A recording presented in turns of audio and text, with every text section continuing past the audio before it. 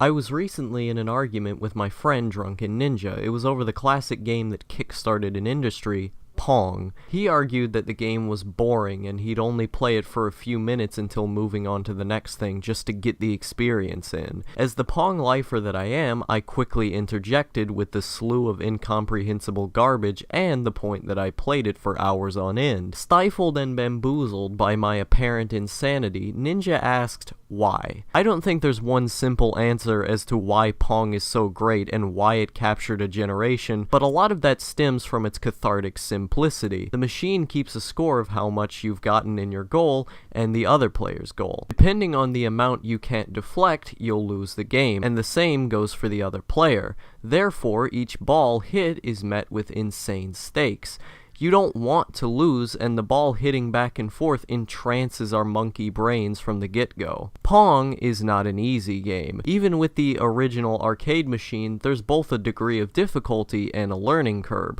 The main crux of the game is hand-eye coordination. Become immersed by the experience and train for perfection. In doing so, the payoff to winning is very satisfying, especially as the competitive people many of us humans are. It's constant movement, goal system, and simple rewarding that really speaks to what we as people have always wanted in games. I mean, both soccer and baseball at their core have this piece of abstraction. For all of gaming in general, this type of pleasure is rather ubiquitous. Fighting games, for example, provide us with the same sense of catharsis, but I'll get to that later. It's very easy to get invested in Pong because there's a constant flow of fluid movement. Because you always hit the ball and the ball moves progressively more fast as the game goes, there's an infinite amount of focus you have to bring. That focus and the aforementioned sense of competition and catharsis creates an entrancing experience. Your eyes brazing on the screen as your sweaty palms meticulously slam down in effort to ward off the incoming menace of your friend beside you. Your entire body quaking, gasping for solitude, but you remain diligent, focused on defeating your competition. You've surely been practicing for a while. If the sweat gushing from your entire being wasn't any indication, you're not going to give up. You've spent too much time. When the final ball hits, there's a rush of immaculate gratification. Everything you've been focused on has rewarded you. You take a swig of water to cleanse away a night filled with energy drinks and appropriately lose all consciousness, falling onto your bed.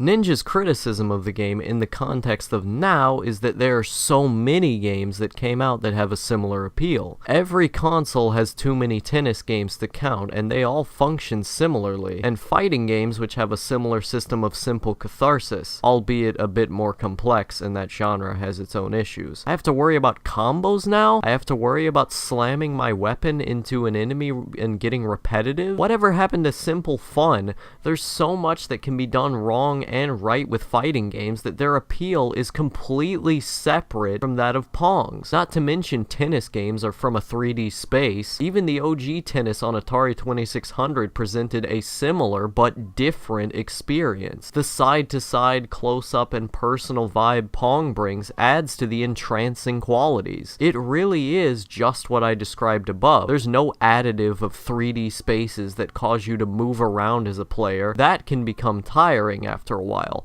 Pong is just a constant stream of practice and reward. It's unadulterated fun. But in general, the games industry has moved past and evolved the formula of Pong. So why am I, someone who has zero nostalgia tied to the game, as someone who was born in 2002, why am I just as obsessed with this game as many people who grew up with it? Maybe it's my contrarianism, desperately wanting to love things people hate. Or maybe it's my obsession with media from generations older than mine, in my adventure to empathize with those aesthetics and experiences. I think it's because I don't need a game to be perfect, or even to pick up a game that does the formula exponentially better. Pong makes sense to me. Pong is something I can pick up right now and play. I don't have to deal with booting up the PS2 to play virtual tennis or some combo system in fighting games. It's just the most bare bones version of a competitive, cathartic sports game, and that's why I love it. The simplicity and graphics are not a downgrade in gameplay, but a different version of it.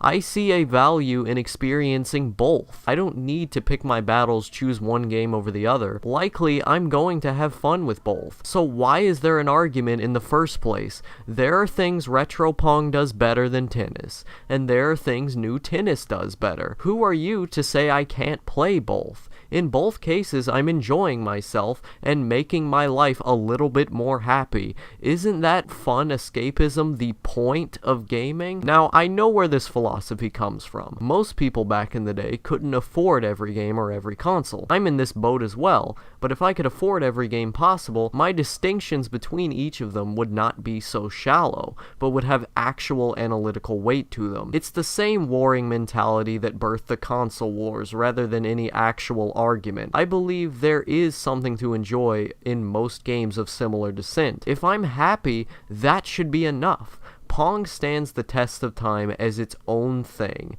and many of the games preceding it do as well, with the genre conventions and influences intact. TLDR, Ninja, you're wrong.